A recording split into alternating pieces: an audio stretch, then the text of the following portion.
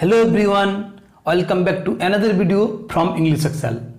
Today I am going to talk about the 5 most common causes to change in retention time in HPLC. Friends, retention time must be reproducible from run to run.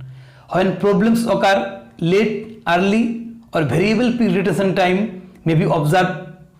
Here I will discuss 5 most common causes, why they may occur and what you can do to stabilize them. So let's begin.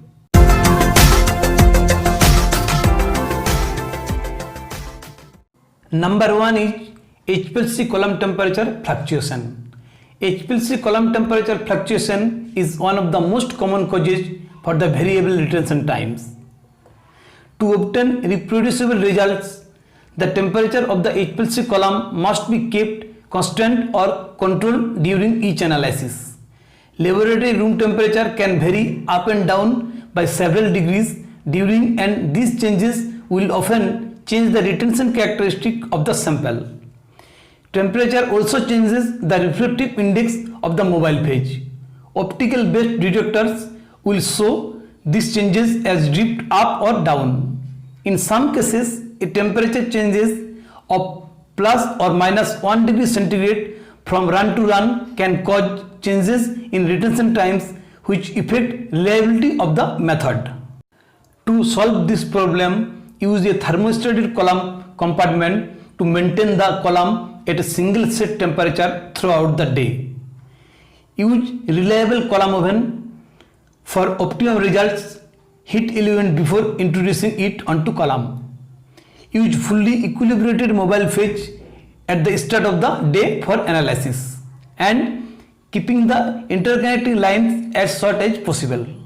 Number 2 is system leaks or flow rate instability. Sometimes your retention time can vary due to system leaks or flow rate instability.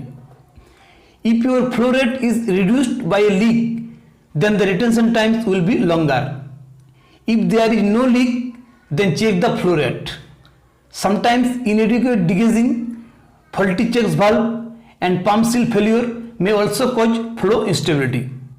To solve this problem, check system for loose fittings, check pump for leaks and change pump seal if necessary. Number 3 is sample overloading. Sample overloading is another most common cause of variable retention times. Injecting more sample than the column can hold, then the peak that results will be broader in width with more tailing from diffusion. This will result in a peak which elutes later than expected.